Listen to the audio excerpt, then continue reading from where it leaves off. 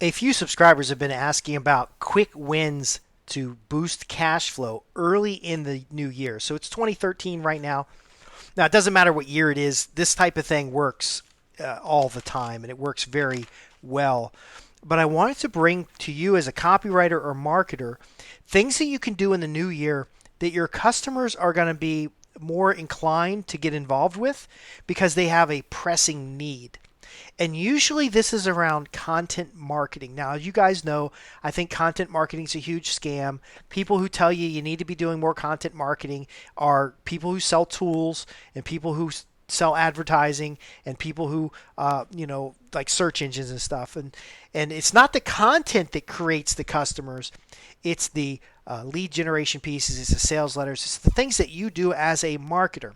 So I'm Justin Hitt with Ad Briefing's Copywriting Tips, and we're going to talk about kind of a sure win, valuable proposition to your clients that's framed in a language that your customers are used to hearing, the content marketing language, but ultimately is a marketing plan. It is not only a marketing plan, but it is a step-by-step execution that allows them to hire you to work on a project rather than a one-off. So a lot of you folks have been concerned, I almost said complaining, but concerned that with artificial intelligence and a lot of the writing tools that are out there and the people in India and the people in the Philippines, which by the way, I'm happy to help you guys get more than five-figure assignments as well, because it really is a global market. That's the thing about copywriting, is that you can write for billions of different niches, but ultimately, here's the important part. There are some legitimate concerns because when the customer thinks content is king, not cash is king, not cash flow, not customer equity, not all these other things that actually matter. When they think content is king, they're very often okay with any kind of content. So I've heard a lot about they want to use artificial intelligence, they want to use these writing tools. You're going to see the videos where they stopped hiring copywriters because the AI tool was just as good. That's a factor of the customer not knowing how to tell what works and what doesn't, and being okay with a quantity of content rather than a quality of customers. So again, you're going to approach them with the content marketing aspect because that's what they're familiar with. And then you're going to say, well, do you want 12 articles or do you want more customers? What's a customer worth to your organization? If you had 12 more customers, what would that be worth? All right, let's look at a plan to create more customers. Okay, content's great, but if content got you customers, you wouldn't be talking to me right now. Do you see where I'm coming from here?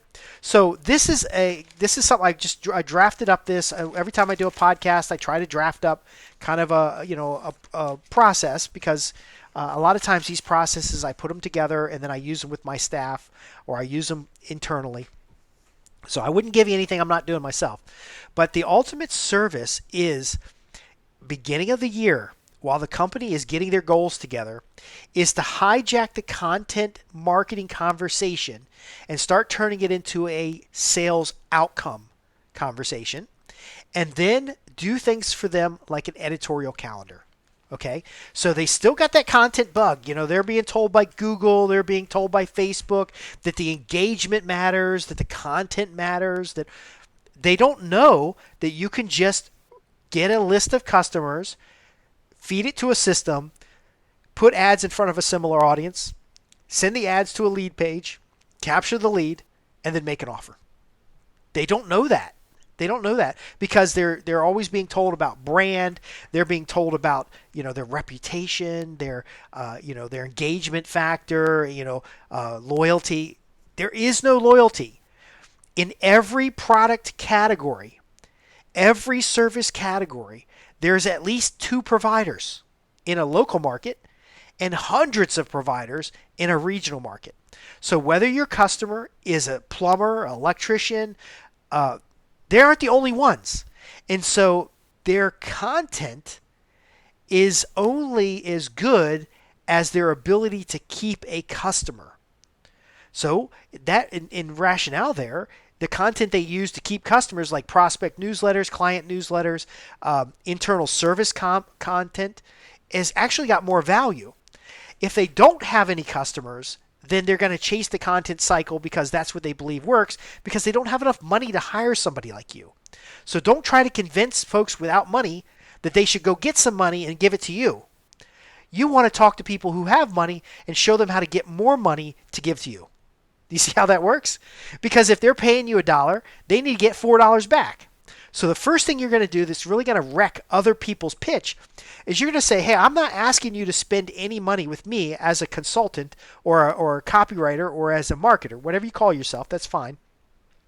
I'm not asking you to spend money. I'm asking you to invest money. And if you're interested in a plan that shows you how you can get a return on investment with hiring professional services to help you get more customers, then let's talk, because that's what I'm here to help you do. I don't want you to get another article until you get another customer, okay? Because the customer is more valuable than the content. If content marketing worked, then all of us would be rich. But unfortunately, 90% of websites get zero traffic. But what if I could show you a way that you could put your message in front of the right buyers for your product and service? Now, if they say yes to that, then the service that you offer them, it leans more towards researching their niche market, building a customer avatar, and then framing any content in the form of lead generation and sales offers around that avatar. Because again, just like copywriting has an unlimited supply. When I was serving electrical contractors, an electrical contractor can do residential, they can do new builds, they can do break add fix, they can do industrial sites, they can do power generation, power storage, the low voltage power, high voltage power. They had categories where they could niche. And once they niched into the category, there might be only one company qualified in an entire region to do electrical work at an industrial site. And usually they're getting subcontracted, they're getting a lot of work, and they don't have to advertise publicly at all, because they could write a letter to everybody who is building industrial buildings in order to put themselves in front of industrial buildings. So what I'm saying to you as a marketer or a copywriter is that within your niche, you can reach out to people who hire you, people who hire copywriters, people who hire marketers, and you can introduce them to the concept that really, wouldn't you rather have customers? Content's great. Maybe if you're running a newsletter, maybe if you're running a publication. But again, even Wall Street Journal, who has great content, is having problems keeping subscribers. Wouldn't it be better to keep subscribers? Let's focus on that area. So now that you've focused, you're not showing up like a guy in India that's using an AI tool to create content, or another copywriter anywhere in the world who's getting 2 cents a word. You're showing up as a marketing professional. Now, in my book, Establishing Instant Credibility, I go into more details about how you can create special reports or other materials to establish your credibility. You can use that program and actually sell it to your customers as a concept for developing an editorial calendar that feeds the benefits and purposes of a marketing plan. Now, if you haven't noticed yet, I don't know, you might be a little slow. I'm slow at times, but I've just introduced 3 products that you can present to a customer with money. So now it's more important to have customers with money than it is to have content, because you already know customer avatar, help them with their target marketing. You already know an editorial calendar to focus any content they produce on generating leads and producing customers, and then an overall marketing plan that will profile their products and services, benefits, and such. Now, I just introduced one more. So now we're at 4. Their products, for each and every product, you can now create a marketing book. Do they have outside salespeople? Wouldn't it be nice if your outside salespeople were consistent within the laws, rules, and regulations and the product specification? Don't you hate it when a salesperson sells a customer something your company can't deliver? Well, one of the ways you prevent this is that you create sales sheets and marketing portfolios on a per product basis. So yes, it is your marketing plan, but scaled down to a specific product. When I was selling petroleum services, I had a petroleum specification sheet. So for example, I often cross-sold bulk diesel fuel, bulk gasoline. So I had a little card that told me how little they can deliver and how much they can deliver. So they could deliver 1,250 gallons of fuel at a minimum delivery to get a bulk rate.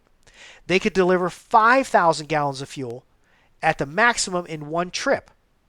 So if the customer had a 25,000 gallon tank in the ground, I could estimate in advance how many tractor trailer loads they need to deliver to fill the tank up. I could look at then how much they've used over the course of a period of time. And a lot of times they could not get their logbooks together, so they didn't know. So we could, I revealed to them a problem they had, they didn't know they had. And the solution to the problem is to be on our program that keeps track of that based on deliveries so that we top their tanks off. But the point being is that in a sell sheet, any salesperson could go through those steps. But who writes those sell sheets? Well, in my case, I wrote it because I'm a marketer and a copywriter, not just a selling professional. But you could write that for a company that has 2 or 3 field salespeople so that they're consistent about how they present the product and services, so that they don't overpromise and they don't get you in any liability issues because they promise something you can't deliver. 4 products already, folks. 4 products.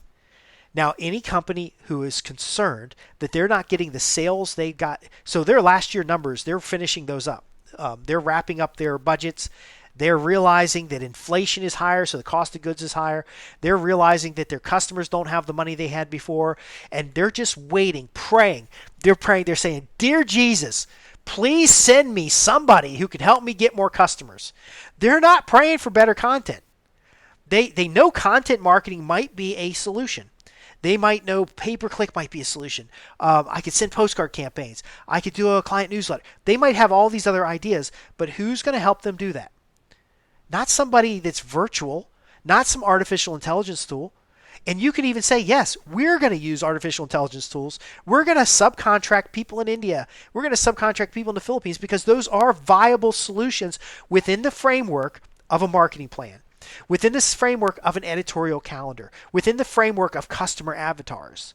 And if you don't have these things that I'm offering you today, then good luck. Make as much content as you want. The only person who benefits from the content is the people selling you the search engine optimization tools, the people that are selling ads on your content, the companies that are hosting your content. They're the ones benefiting. They're getting paid every month, whether or not you make any money. Wouldn't it be nice if you were able to get leads so that you can measure the value of the content, and then I can show you in Google Analytics, gift number 6. I can show you in Google Analytics how to tell what content produces leads and what content produces customers. Now, we may not go fully integrated with the Google Analytics or whatever analytics platform that you were familiar with, but we can at least get you to the point where you know that for every dollar you spent, including the investment you make in my services, which I can only have a small number of private clients. So while we're introducing this to you today, there is a little bit of scarcity here. Now, I'm using language that you understand. You would build that in. You wouldn't just say, I'm so powerful and important, and then there's only one of me, and I can only serve 4 of you. You don't say that. There's different ways of doing it. But the purpose of this presentation is to get you 5 ways to boost your cash flow, because there are 5 products that you can offer. Now, you can lead with any one of these products. It doesn't matter. But it's almost Jay Abraham's Parthenon strategy, where you have these 5 pillars, and if a customer buys any one of these pillars, they're candidates for the rest of the pillars. So again, let's get back into it. The telegraphing that the content benefits someone else is going to help them understand, or at least ask the question, what benefits me? Okay, so if you're televetting the content, content's great. Search engines love great content, and you can spend a lot of money on getting great content. The problem is the reason the search engines love great content and will send people to your website is because what they measure is the visitors. So that visitor comes to your website. How long do they stay on your website? The bounce rate. Now, we don't care about bounce rate, because you can't take a good bounce rate, meaning like 80% of the people stay on your website. That sounds good, doesn't it? They say yes. We can't take that to the bank and pay the truck payment. We can't pay the house payment. We can't pay your staff with the bounce rates. Or what about engagement? A lot of folks talk about engagement. Engaging content, yes, it's important. It is important. I'm not going to say it's wrong, but unfortunately, it's more important to the search engine, or more important to the pay-per-click company, or more important to the tool that's measuring engagement, because you have to pay a service fee for that. And many of those tools are $500-$600 a month. But you can't take a really good engagement rate down to the bank and deposit it. Do you see what I'm saying here? But what you can do is create and keep profitable customers. We want to help you get customers who are profitable. So our marketing plan is going to look at what types of customers are more profitable than others.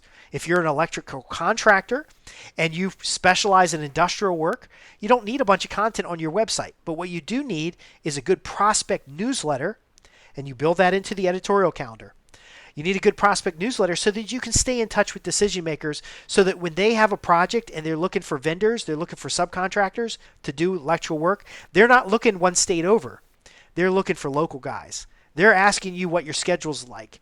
They're calling you in advance when they're putting together their proposal, and you're coming in to help them. And by the way, when it comes to technical writing of what goes in the proposal, that's where your sell sheets come in. So your product-based marketing plan, or your product-based collateral, headlines, lead generation pages, letters, follow-up, all that catalog is what you recycle into the proposal. And so not only are you able to more effectively get proposals out the door, you have more people who have money to spend who want those proposals. So what would you rather have? Happy search engines or more customers? Now, what's the value of a customer? Because again, we got to make this monetary, because you got to get paid. So if the value of the customer is $1,000, then how much you got to talk to them about how much they can afford to pay for a lead. Now, let's say they can afford $1,000 to pay for a lead, because every job is worth keeping guys employed. Okay, so it might be $1,000 net on the job, but it could be billable hours for a whole team of guys that are otherwise going to go work for somebody else if they aren't actively doing something. And so for every job they get, the customer lifetime value is much higher than the $1,000, but ultimately they can spend $1,000 to get a customer. The good news is, and one of the reasons I like business to business work, is because the high value per ticket. So let everybody else chase they're making 20 cents on an ebook. Let everybody else chase that, okay? I want you to get out to the industrial parks. I want you to get out to people that have equipment. I want you to get out to people that have infrastructure, and then talk to them, and you'll find they can spend $512, $1,000 to get a customer. Now, because you put together the customer avatar, which is a product, you can go find mailing lists, because that's part of the product development. You're going to have the customer avatar, and then you're going to have what lists are available, and then what are some characteristics, how would you test or find these people. You're going to show them how they can generate leads in very specific niches, and then by spending the whole $512, it's not a big deal giving all the money to you. Okay? Now, you're not going to tell them that, but I want you to understand, as a copywriter or as a marketer, that we want to show them how they can break even or better on the first sale. Okay? You want to show them how they're going to create artifacts that increase their credibility and value to the customer. How they're going to have a clear plan. That their salespeople are going to be consistent, whether their salesperson is physically in front of a customer, like I was when I was selling fleet fuel or fleet solutions, but also to educate their team so that they can cross-sell. Because I was selling fleet cards, but I was cross-selling into bulk fuel, and I'd connect them with the guy that's the pro on that, bulk lubes. I'd connect them with the right person. So they're not just doing business with me, they're doing business with this whole organization. But again, I built the collateral. And that's what you can do as a copywriter. You can build the collateral. Now, you might be saying, well, what do I charge for this? Well, if you're going to transform a company that gets $1,000 per sale, and you're going to go in there and solve big problems like making sure they're consistently communicating with buyers and not just talking to the public or feeding search engines, then you might charge $10,000 to $20,000 for a basic customer avatar. Oh my gosh, I know you're saying, oh my gosh, that's more than I make in a year. That's I don't charge that much. Why would it? That's a lot of money. It's not about how much money it is to you. Because if you're going to get them 10 new customers at $1,000 a piece in this year, that's $10,000. So you didn't cost anything. The customers paid for it. You got to help them understand that they're not hiring you. They're investing in you to bring them certain level of intelligence and resource in order to bring new customers. And so measure my success on the number of customers I bring you. Now, again, there's going to be a lot of subscribers, and I keep putting this on you. I know there's a lot of subscribers right now that aren't confident that they can bring in 10 or 15 new customers for a client. And that's okay, because you can start with the editorial calendar. You can start with the marketing plan. You can start with other things. But if you can't bring them 10 customers in 12 months, especially with a company who's already got customers, because again, you can go in and document everything that they do that works well. You can use the analytics to find out what works well. You can use similar analytics in their sales and marketing structure. Okay, how many customers do your salespeople see? Talk to the sales vice president or the marketing director. You can build out a plan to show them how to get 5 new customers. But ultimately, it doesn't matter if their break even on the marketing plan is 1 year or 5 years or whatever. They don't change these plans that often. So the plan that you're approaching may not have been changed in 5 years. So the selling proposition there is, hey, I know you haven't changed your plan in the 5 years, and maybe you didn't feel you had to. But some of the reasons why it's harder to keep up with increasing costs and inflation and the tighter budgets that your clients have, and the fact that some of them went out of business during COVID, is that the world has changed. So maybe your plan didn't need to change, but the world around you has changed, and you're lucky that I'm here today because I've been out in that world. Here's what I did with this customer, here's what I did with that customer, and here's what I can do for you.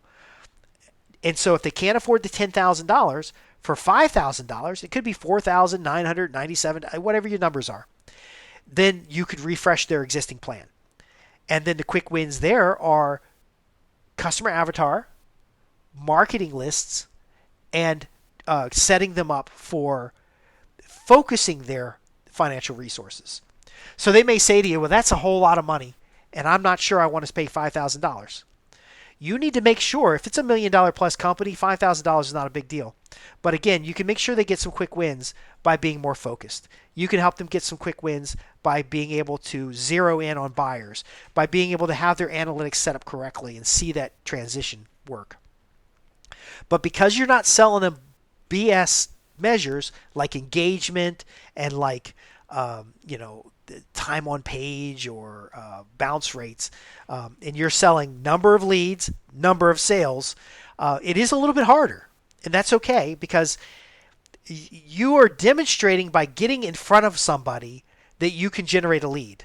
I'm not sure if you're aware of that, but if you're having some challenges with the confidence that you may not be able to get, if you've gotten a lead in your own business, and that's why I always recommend you start in your own business.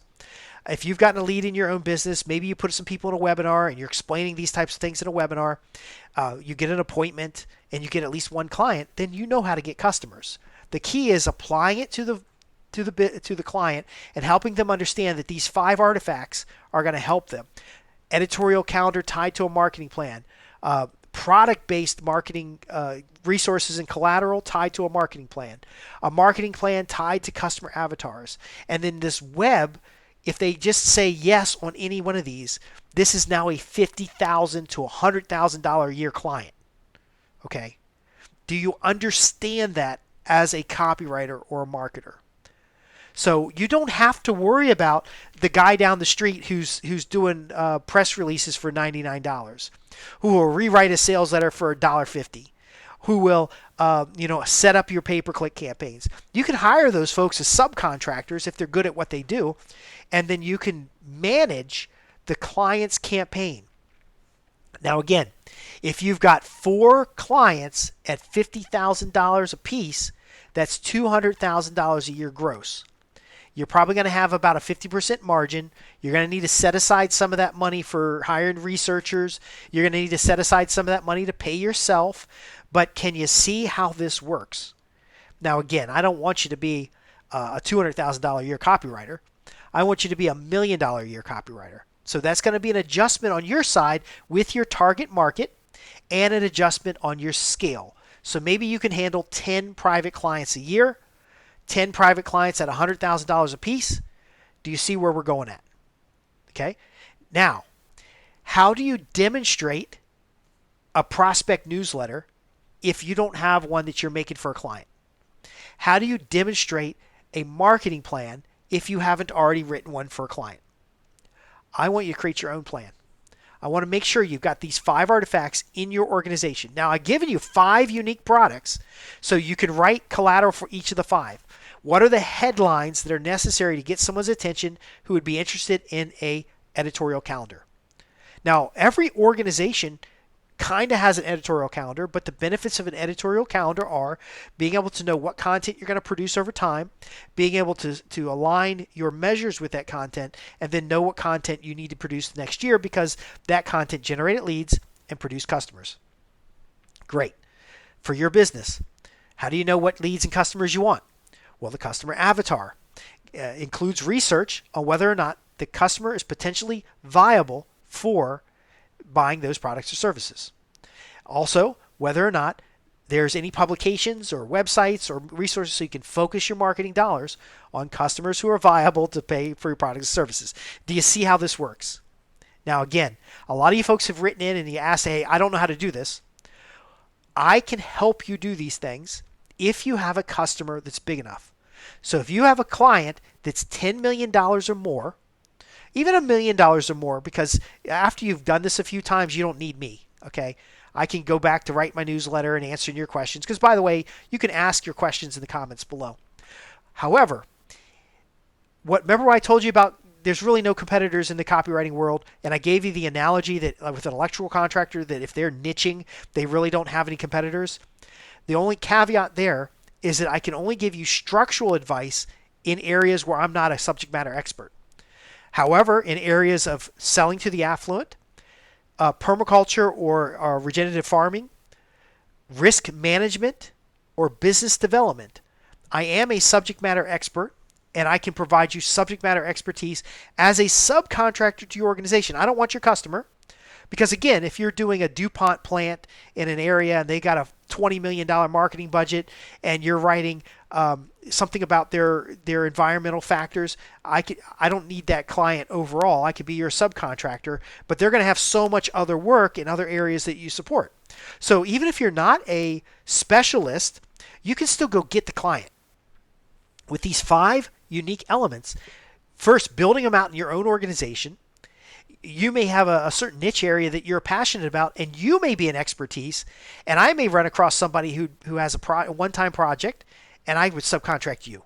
So I don't know if you understand how that works, but this is building on what I teach in Inside Strategic Relations of building out joint ventures and strategic partnerships, because when you go deal with a $50 million company, they kind of expect you to have more than just you and an assistant. Okay, but you do have more than you and an assistant, because you have a network of qualified professionals that you work with. So if you have a project that I'm not an expert in, that's okay. We talk about it on the newsletter or with the coaching clients, and we'll find you somebody who can backfill you. You can go search on the internet too. The key that I'm trying to help you understand is that once you build these artifacts inside your own organization, they are ample evidence to demonstrate to a small business client under $10 million that you can do this. And then once you get a few successes with them, you will find it more valuable to go out to the bigger clients between $10 million and $50 million, because they'll have more consistent projects. Now, almost every one of them is going to want to hire you. I went out and got a Fortune 100 client, started as a contractor, and then because you guys may not know, I also write technical documentation, procedural documentation, white papers, special reports, technical materials in the area of operational risk and in the areas of technical risk. So if you need somebody to write on anti-money laundering, I'm the guy. Third-party risk, privacy policies in California, privacy policies across the country. That's my area of expertise, and we don't write as much sales copy in that area as we do procedural documents and stuff. And so I ended up being an employee to an organization, and more than 6 figures. You're not going to get royalties on what you're writing, but you're writing a regulatory report for Congress for a Fortune 100 organization pays very well. And just one client can make all the difference. What I'm recommending to you there, because most subscribers of Ad Briefing's copywriting tips are independent professionals, is that if you feel not confident to go after a $10 million company, that you can start with below $10 million, $1 million to $10 million, and that paying $5,000 to $10,000 for something that you can demonstrate you can do, or you subcontract myself. And now, if you're subcontracting me, you're probably only going to get 20%, 10% of the gross. We can talk about that at a separate basis. But don't let the confidence stop you. Don't let your concern about the volume of work that you can do stop you. I want you to prove to yourself that these 5 elements: editorial calendar, marketing plan, customer avatars, product-specific benefits packages, and copywriting libraries, and the other things that we've discussed, are what gets you started, okay? Because I care more about getting you started than I care about you chasing the latest artificial intelligence tool, the latest tracking tool. You don't need any of those tools to find lists, the SRDS. There's plenty of list services to find the list that your customers would benefit from. Because what's likely happening is they're spending all of their marketing budget all over the place and they have no idea what's going on. If you just do the tracking, if you just do the planning, and you do some basic project management, you could end up in a position with 5 or 10 private clients where you're managing their entire marketing department, and you work for it's got to be a vice president of sales or a vice president of marketing, and you work for that team, and you're helping them be more effective internally with their outside sales team and their internal marketing folks, and you're helping them vet and bring in proper contractors or proper folks to backfill. Again, I'm coming from you from a different perspective. That's because I have subject matter expertise in supply chain, business process, or operational risk, because they're going to have concerns. They're going to have concerns. Well, if I hire you to manage these things, I'm not going to have in-house capabilities. So why don't you come work for me? But again, if you're working for one company, I told you I worked for a Fortune 100. They paid me really well, and I got lazy. I ignored a lot of you guys when it came to regular newsletter articles and podcasts and stuff because I had one client, because I only needed one client. I had health insurance and profit sharing and bonus plans and everything else, but eventually they won't need you anymore. So if you're an in-house copywriter and you've been thinking about freelance work, then that's one of the reasons. Eventually they won't need you. They're going to think AI will solve all their problems and they'll be done. If you're a freelancer, there's a reason to move towards an agency, because as a freelancer, all it takes is somebody with an agency mindset, the things that I've shared with you today, to identify the 5 key things that every company's thinking about at the beginning of the new year, to come in there and say, well, wouldn't you rather have customers instead of content? I know content's great and content can be a way to get customers, but without customers, you got nothing to take to the bank. So let's talk about the value of a customer. Let's talk about customer lifetime value.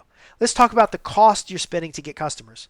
Oh, wait a second. You've been putting on your GL, it's your general ledger, you've been putting the cost of your marketing team and these contractors you're hiring under administrative fees? No. That's going to jack up your overhead. That's going to make a mess. You want to put that on your marketing budget as the cost to acquire customers, and we want to factor that in. Why? Well, because if you're doing government contracts, you get a marketing allowance, and your overhead needs to stay low. If you're doing cost plus work for your clients, you're going to need to make sure your overhead's low, but you want to make sure you cover your cost per purchase, so we need to know how much did it cost to get a customer in the door. And then when you have a customer lifetime value, we need to segment your marketing costs against your customer acquisition costs or your administrative costs so that you can have proper billing rates. Oh, I'm sorry, those other people haven't shared those insights with you, but that's really how marketing works. And that's probably why you're having trouble keeping up with rising inflation, increasing costs, and the competitive demands that are in your marketplace. Now, you also have to help your customer understand, or your client understand, that there is a possibility that other $1 million company is losing money to stay competitive, because they are losing money to stay competitive. But if you tell them that, they're going to be upset.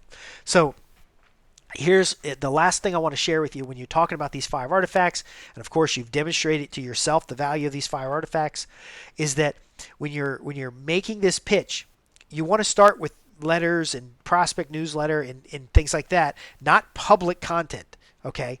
Because if everybody was doing this, it wouldn't be as competitive as it is today. Now I understand I can teach you this, and only 1 in 100 people who watch this video will actually do anything. But the private clients that I send this to will definitely do stuff. So here's the larger point. When you're speaking with the prospect, they've got money to spend. They've got a pressing problem. You've amplified the problem so that they understand that what they've been doing in the past isn't going to work, not because it's not good stuff to do, but because the world around them has changed. You're going to focus them on a niche market, focused market, a market with customers with money. You're going to help them get the lists of those people, and then any results they've got in the past will be multiplied because they'll be focusing the effort on people who can buy. So that's the same audience. Give me a list of your customers and I'll show you 5,000 more customers. By the way, if you got a list of their customers, you can send it to InfoUS, well, what used to be InfoUSA, and they'll give you back mailing lists of target customers. You can send it to Facebook, Google, LinkedIn, any of the platforms that are appropriate for their customer base, and get lists of customers. Then you put an ad in front of those customers. How do they know what ad to put in front of the customers?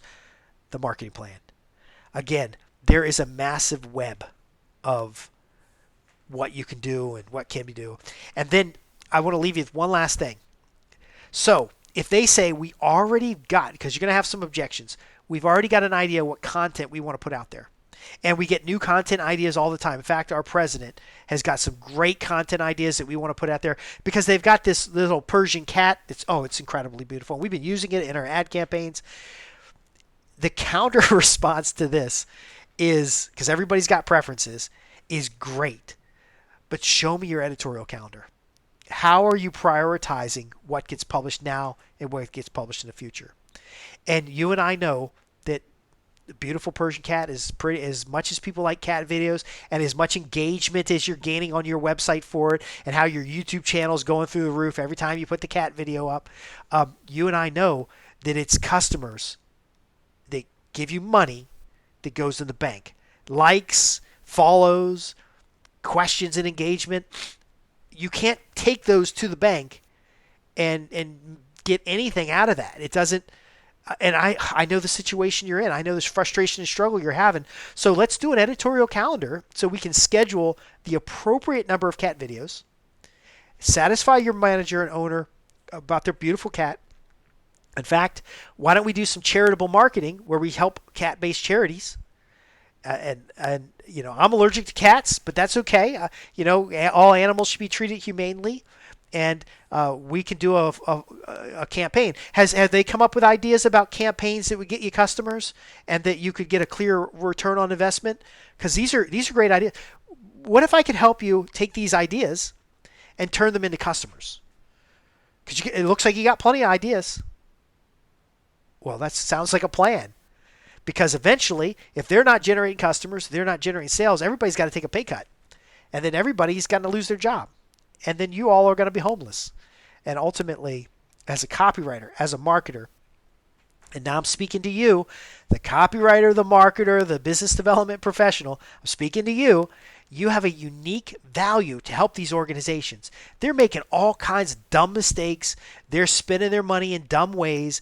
They're being convinced by the popular market in order to invest in YouTube, Google. See, Google doesn't care whether you buy their stock or you pay them for ineffective pay-per-click. They don't care. They make money either way. Search, as much as I like SEMrush and there's a bunch of other nice tools out there, they make their money whether or not you do anything with when it comes to traffic to your website. What your goal is to help that customer understand that you're there to help them create customers. Customers who generate enough revenue in the organization that they're getting fat bonuses and everybody's getting pay raises, and that those customers are solving problems that only your company can provide.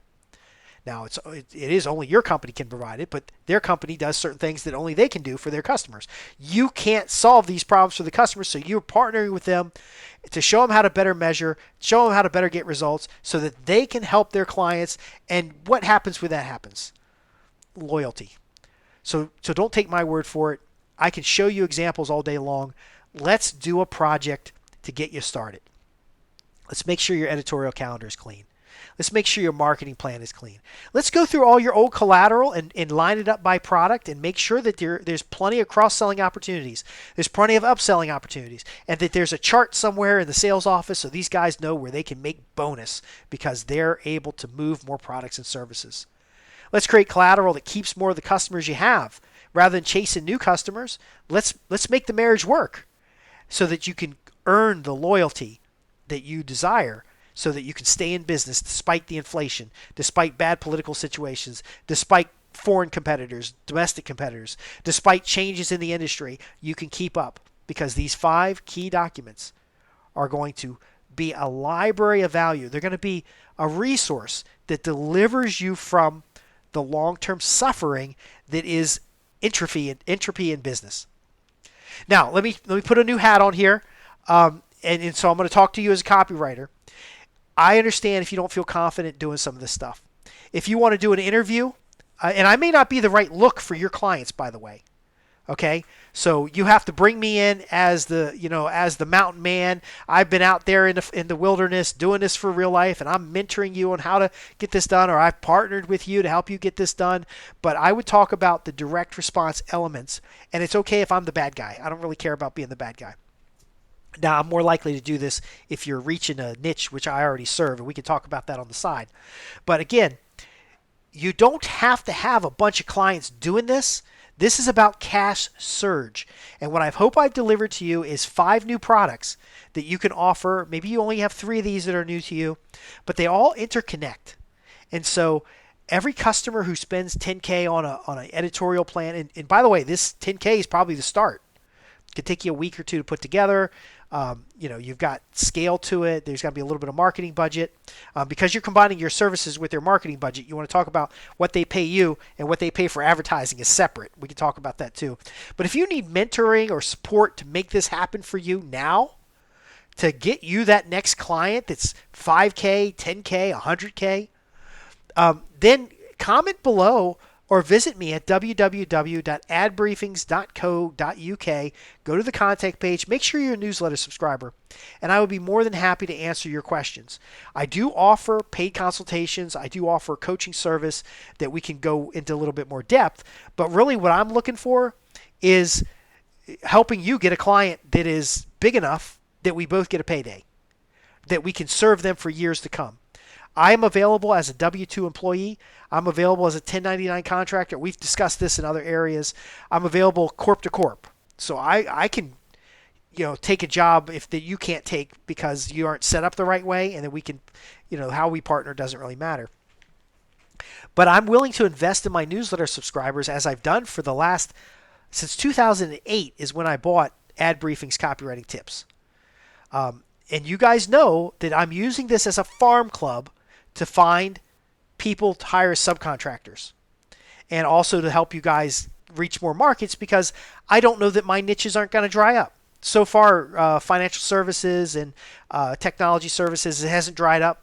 I'll probably expand into artificial intelligence, the back end related to that, because there's some compliance risk associated with business models, especially in the financial services area. But again, helping you develop some markets, I want you to find a market that's too big for you to serve. I want you to find a market that is great cash flow, and you're really pushing your comfort level when it comes to agency. So it's you and an assistant and some subcontractors, and you're really pushing your comfort level so that we can roll up either your competitors, or we can roll up into a little bit more passive income on your part, where you're more the leader than you are the actual writing all the copy every day. And so you can do more passion projects than day-to-day routine. Because again, if you get 10 clients paying you $100K each, they're expecting a lot of work out of you. And if you're not properly structured, then it's going to be frustrating. I have a lot of that structure in place already that I can lend to your organization. I can show you how to get that structure ready, but you got to ask your questions. Because I only can create content I know about. And again, I wrote up this based on 5 key products that you can deliver right now in the marketplace. It's going to be contract work for you. It's going to be design work for you. It's going to be writing work. And it could really be more than you can handle. But I want to give you the confidence to understand that there are services available. There are business joint ventures, partnerships. There are ways to make this work. But none of that has value if you don't have a client, okay? So you might know all this stuff, but if you don't have a client, you got to do this for yourself, okay? You got to build your editorial calendar, your marketing plan, your product specifics, your customer avatar, your series and approaches in order to build your business because the opportunity has not been greater.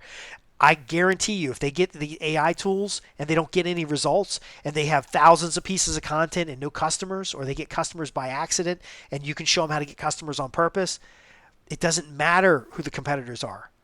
They won't be able to compete. You can dress any way you want. You can look any way you want. You can be all scraggly and stuff like that. And it won't matter because you'll be in demand. You'll be a top level copywriter. You'll be an in-demand copywriter. You'll be a six-figure earner.